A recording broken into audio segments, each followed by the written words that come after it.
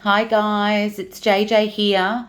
Unfortunately, I can't do a Facebook Live today because I've been locked out from Facebook. They said there's suspicious activity or something like that. So, anyway, second to that, I can do a video.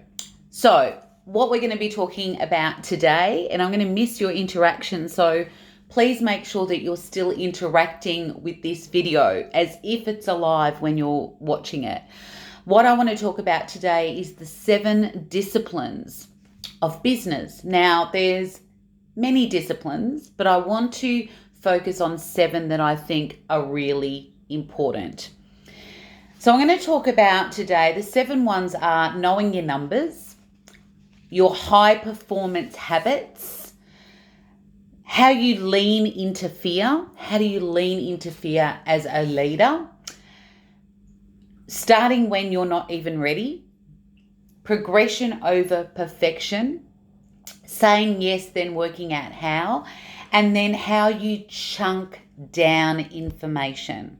So the first one I want to talk about is knowing your numbers. Now, this is so important. And I know that when I had my first business, sometimes there were scary times when it was really challenging and I wanted to put my shutters on. It's like I don't want to see the numbers. I wasn't across stuff like with tax and expenses and all that sort of stuff. And you might be thinking by putting the shutters on that you're protecting yourself from the reality of something that maybe doesn't look so great. But what it does is it festers this worry underneath because you know you can't trick yourself, right? So you actually know that there's an issue and you're not dealing with it.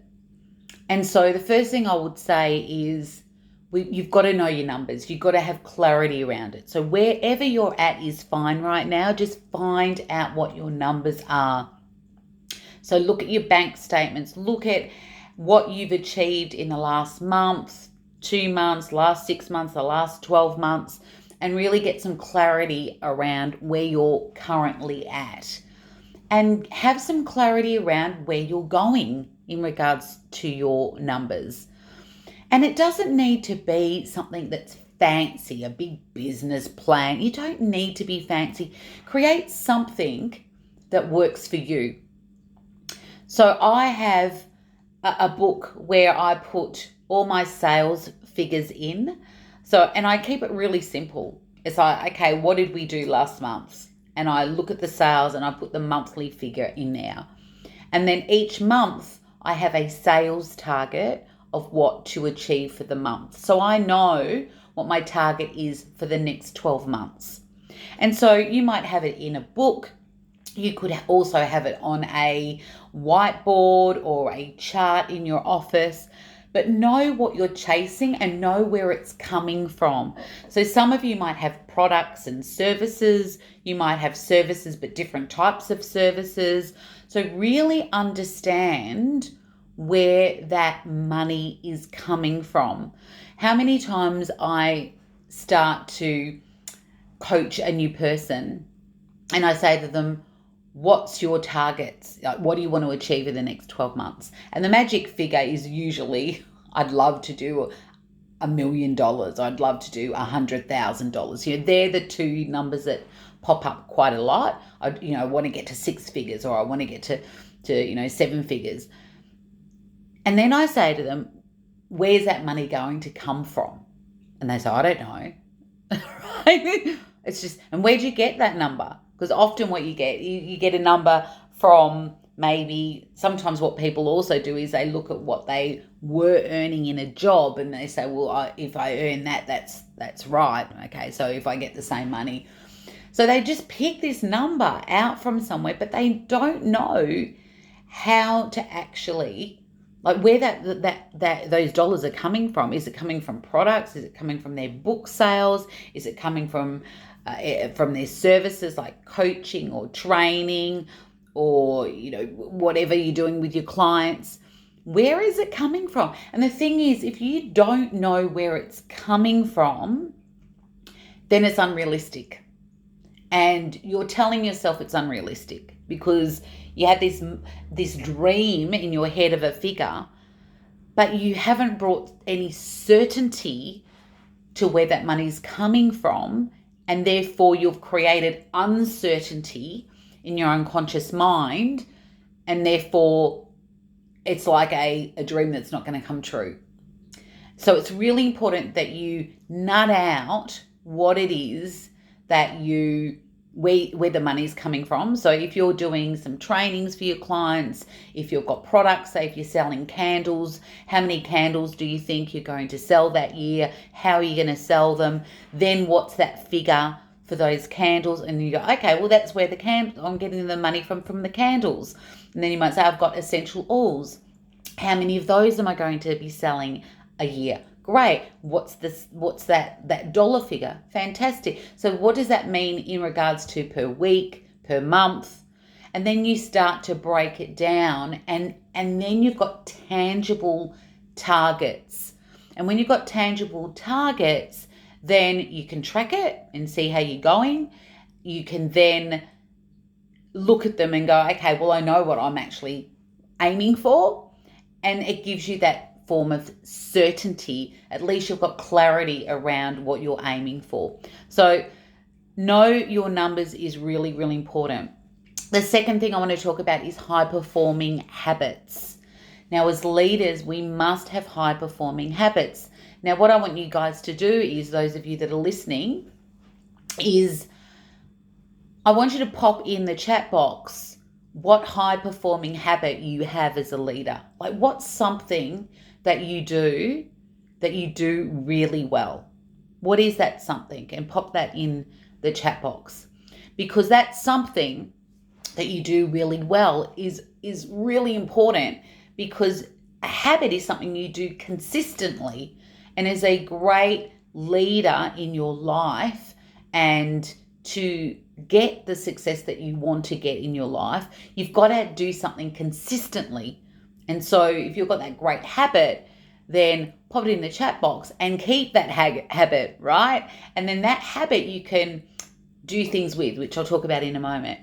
But then I want you to think about, what habit do you have that you want to get rid of?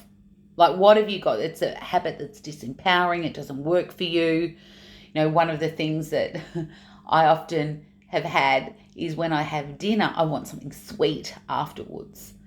Now, it doesn't mean that I need to get rid of that habit altogether, but maybe I need to change the habit. So instead of saying I'll have a piece of chocolate or an ice cream, maybe I'll say I have a piece of fruit or something like that. So looking at the habits, I want you to pop in the chat box, what is a habit that you want to get rid of? What's not serving you?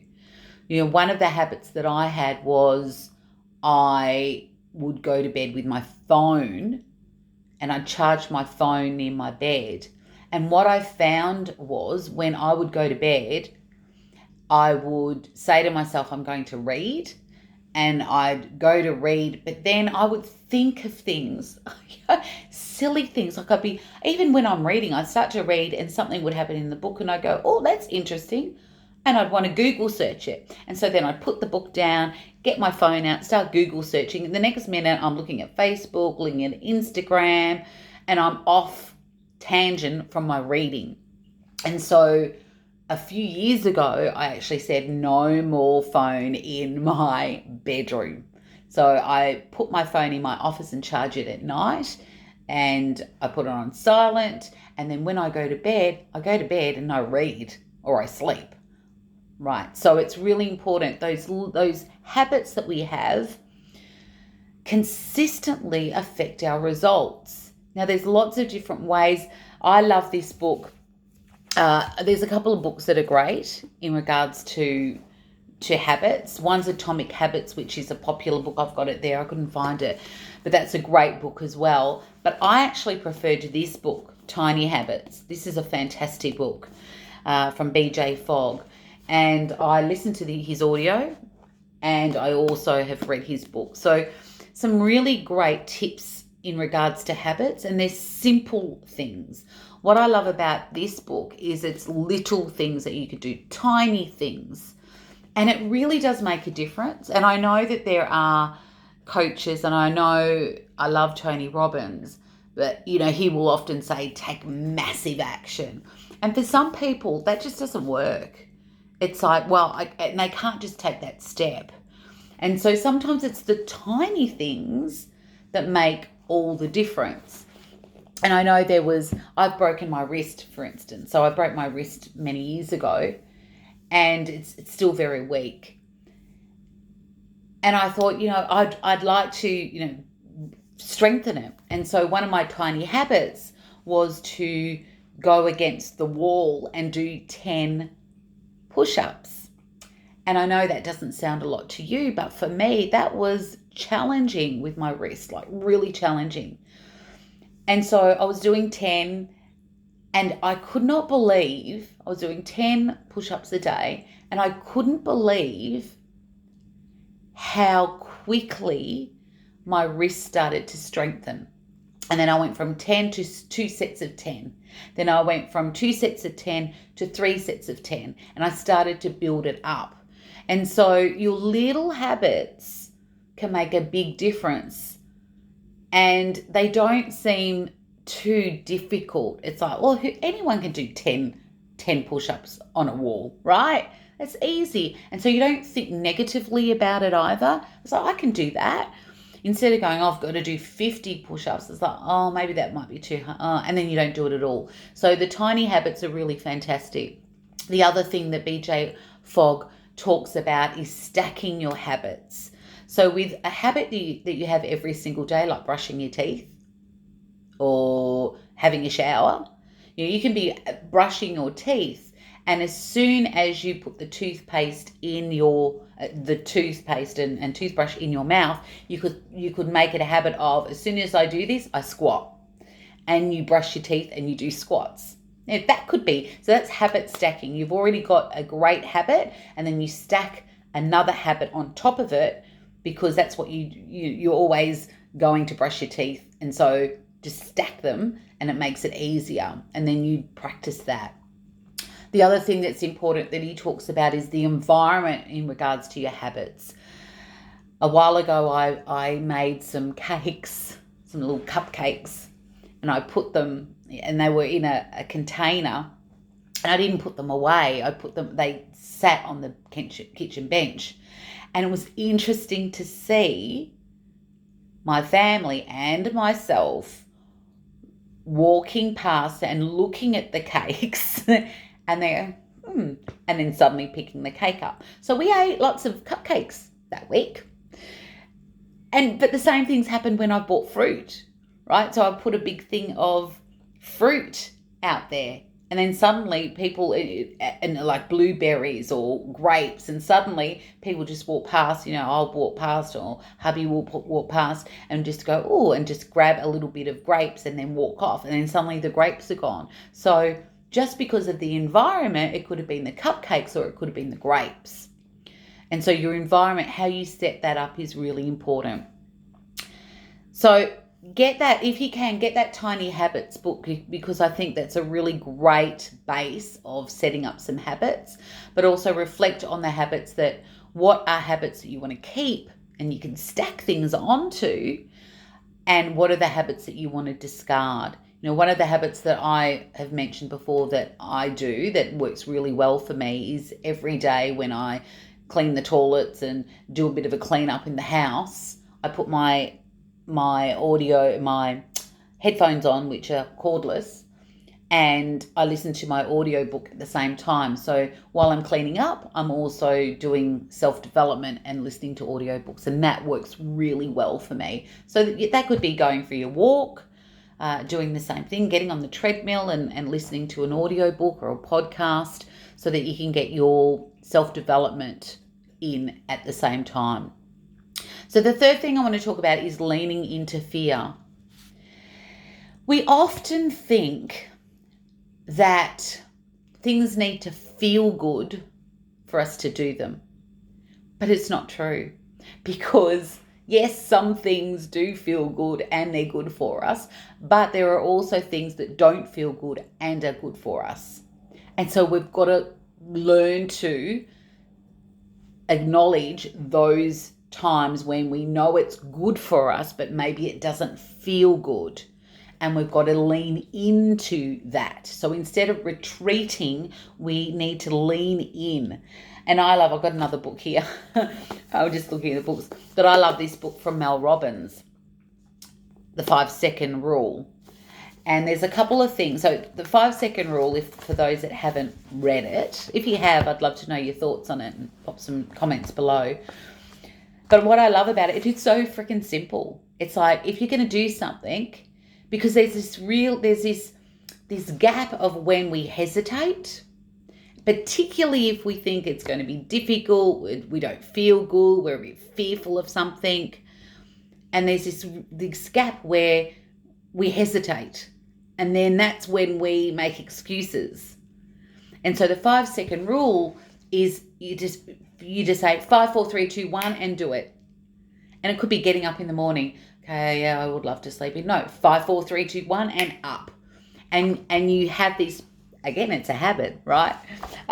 Is that you have this habit that you lean into things by saying 5, 4, 3, 2, 1 and doing it. Those of you that are fearful of videos, videoing yourself, say 5, 4, 3, 2, 1 and press that live or press that video and just do it and get into that habit of doing it. There's a couple of things I want to read out of Mel's book. And she says, right before we're about to do something that feels difficult, scary, or uncertain, we hesitate. Now, hesitation is the kiss of death. So I love that. So that's what I just mentioned before. And the other thing she says is, we are amazing at fooling ourselves into staying exactly where we are. As soon as that impulse to act kicks in, you start rationalizing it away. So say that again. We are amazing at fooling ourselves into staying exactly where we are. As soon as that impulse to act kicks in, you start rationalizing it away. And this happens all the time. I can't tell you how many people that I know I'm like, I want to work with you, right? I know that we can get some really amazing results in your business and in your life, and you've got so much potential, and I get really excited, and then they make friggin' excuses. They don't lean into fear. They'll procrastinate and they'll make excuses, and it just really upsets me because I can see this potential in people, and they'll say stuff like, oh, I don't feel well, or now's not the time, or I have to, maybe I'm not ready, which I'm going to talk about in a moment. Step into it. Like, when are you ready for success? When are you going to say, I'm ready to create a life that I love? If you're not ready now, when are you friggin' going to be ready? Like, be ready now. Even if you think you're not ready, say yes and just do it. And so I find it really frustrating because I can see the habits that successful people have, and I see the habits of people that don't say yes to themselves. And so it's really important that we lean into fear. We lean into it. We say yes. We do that 5, 4, 3, 2, 1, and we do it anyway. And so leaning into fear. The next one I want to talk about is start when you're not ready, which is something I was talking about then when I was talking about leaning into fear. Is when are you ready? You lean in. Like, start now when you are not ready. You think you're not ready. Now, some of you might say, oh, so I haven't even organised anything. What, I'm just going to go and do this thing? Not with everything. Don't take it literally with everything. Of course, there's things that you do need to really be ready, but there's so many things that you don't. I talked about my last Facebook Live when I did the run in Williamstown, when I had to do two laps. I think it was 6 kilometres and another 6 kilometres, so 12 kilometres. I wasn't ready. But you know what? I did it. Could I have done it better if I was more prepared? Yes, of course I could have. But I did it, and it's something that stuck in my mind. I did it anyway. So sometimes we've got to start when you're not ready, because when are you going to stop saying, I'm not ready? Because people say that for sometimes all of their life. Sometimes they're 90 years old and they're saying, I wasn't ready yet. And so it's really about, when I think about running in Williamstown, I wasn't ready and I did it anyway. When I think of starting my first business, I wasn't ready, but I did it anyway. When I think about shifting all of my training online through the pandemic, I wasn't ready, but I did it anyway. Do not always wait when you think you're going to be ready. Do it anyway, because sometimes people are never ready, and so they never get anything done. The next point I want to talk about is progression over perfection. I know I've talked about this before. It's a huge one though. Sometimes we get so stuck in the detail of making things perfect. We think that we've got to get everything perfect before we go the next step. And I'm working with a beautiful client at the moment. You might be watching this video, who is creating some amazing stuff in her business. And I'm so excited for her. She's doing a webinar, she's doing an online course, and there's all this stuff that she's creating in her business. Now, the thing is, it's step by step, right? And I'm going to talk about chunking down a bit later, because we can go into overwhelm. But it's thinking about, okay, instead of when you're doing progression over perfection, it's really flipping things. It's saying, okay, I am going to, say if you're going to do a course or you're going to run a retreat. Say you're going to run a retreat. And so you haven't organised everything for your retreat yet, but you have an idea of what the retreat will look like. That's all you need. You can go, okay, this is my retreat. This was what it will look like. This is what the people will get from it. And then you market it. You market it, and then you get people booked into your retreat. That's how you do it. You don't do it like this. I need everything organised. I need to know what we're doing from Monday. Monday. I need to know what the time frame is. I need to know, all the nitty. I need to know what sandwiches we're going to have. I need, getting stuck into the detail. I need to know all of that before I market. No, you don't need to know all the nitty gritty. There are some aspects you need, but you go big picture first, get the big picture happening, and then the nitty gritty happens later, but you've already invited people to the retreat and they're freaking coming, and therefore you've got to make sure that you're organised at the retreat. And so it gives you leverage as well, because it gives you accountability, because I've got these people coming, so I've got to make it happen, right? But if you're stuck in the detail of, I've got to make sure what sandwiches we're going to have on the Monday, on the Tuesday, and you get stuck into that, at any stage you can say, you know what, maybe I won't do that then. Maybe I'll do it at another day.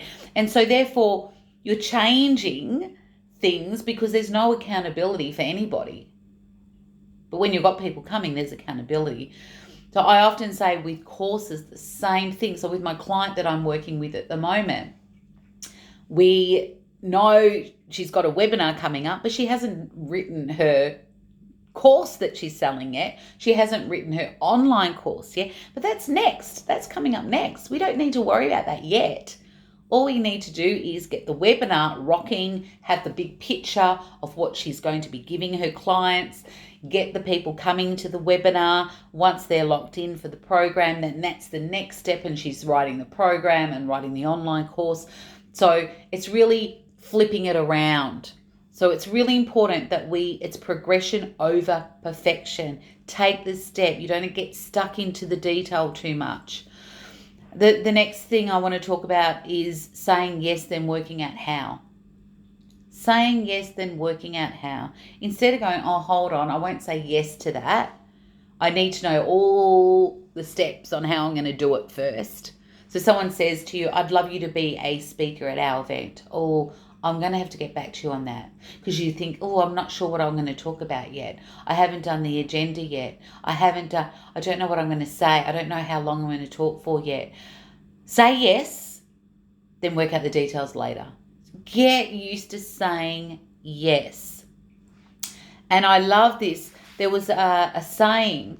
What was the saying? I did write it down somewhere in regards to, oh yes, it was Mark Boris. He said, you can either take a risk or lose the chance. You can either take a risk or lose the chance. You have an opportunity to say yes, and sometimes people say no. Some people don't even have discussions with me because they're scared. It's like, oh, I'm scared that I might say yes to myself, so I won't even say yes to a discussion.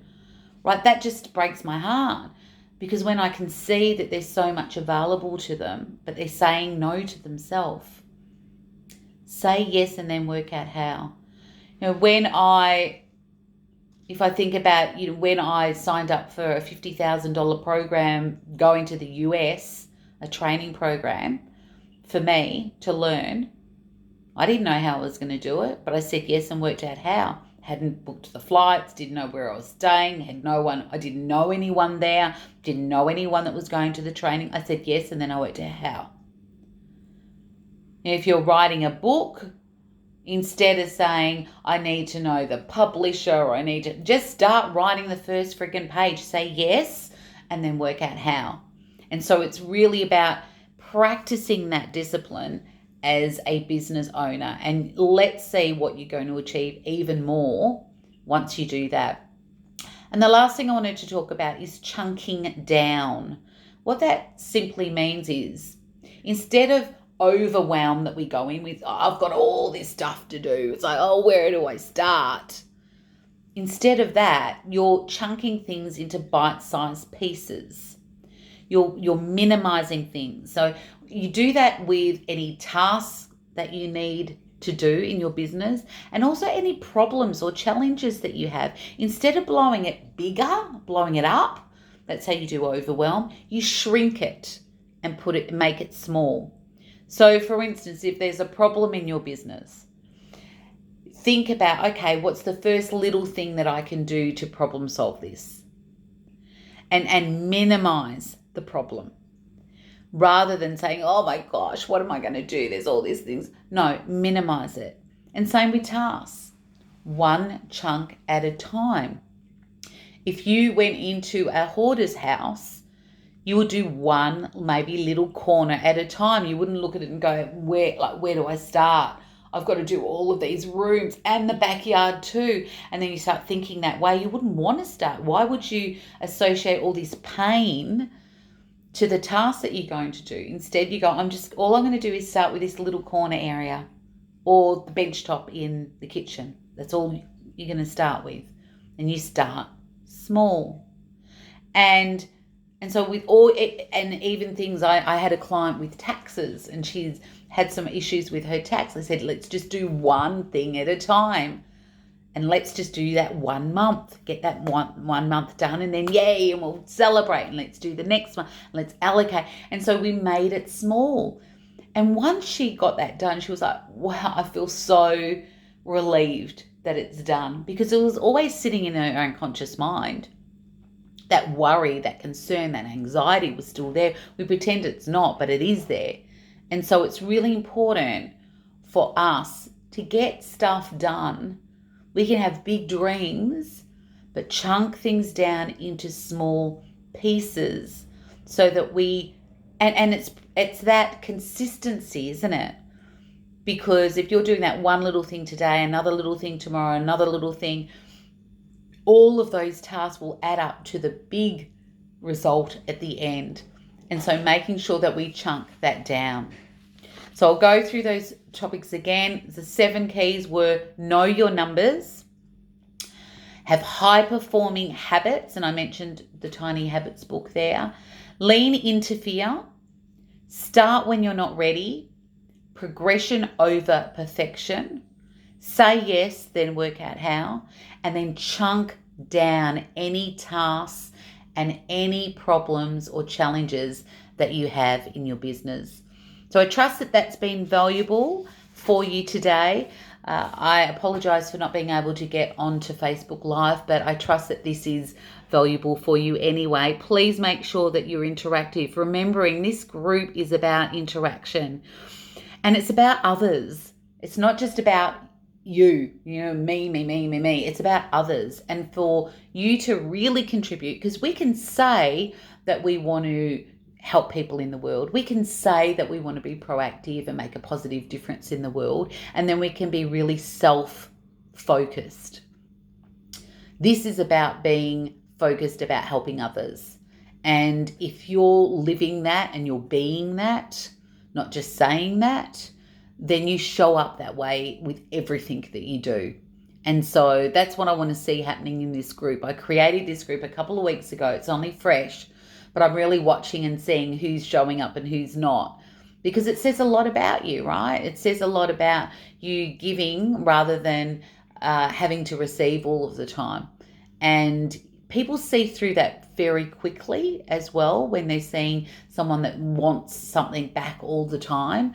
And so your comments are really important. Your questions are really important, because you can help someone learn through that. You might ask the question that other people are thinking and they are not asking. And so by asking that question, you're helping answer a question for somebody else. And I think that's a pretty cool thing. So thank you guys for listening. I cannot wait to see your comments below once I've posted this, and have a great week. And fingers crossed I'll be on Facebook Live next week when it's up and running. Thanks guys. I'll talk to you soon. See ya.